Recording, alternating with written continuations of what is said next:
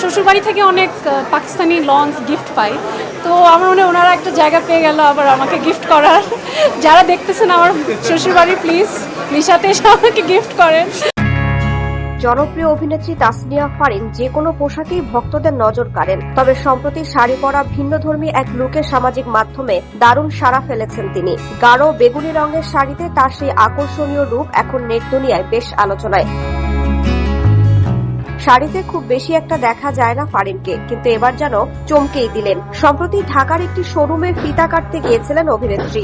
সাধারণত এমন ইভেন্টগুলোতে ফারিনকে মডার্ন পোশাকে দেখা গেলেও এবার ভিন্নতা দেখা গেছে তার লুকে। ঐতিহ্যবাহী ও আধুনিকতাকে মেলে ধরতে শাড়িকেই বেছে নেন অভিনেত্রী। সে থেকেই এখন তার ভক্তদের মাঝে এত আলোচনা।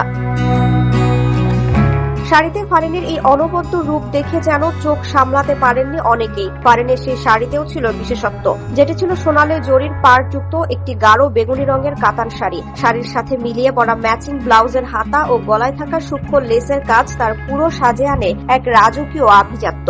এছাড়াও খোপা করা চুল, হালকা মেকআপ এবং ঠোঁটে গ্লসি লিপস্টিকের সাথে তার মুখের মিষ্টি হাসি ভক্তদের দারুণভাবে মুগ্ধ করেছে।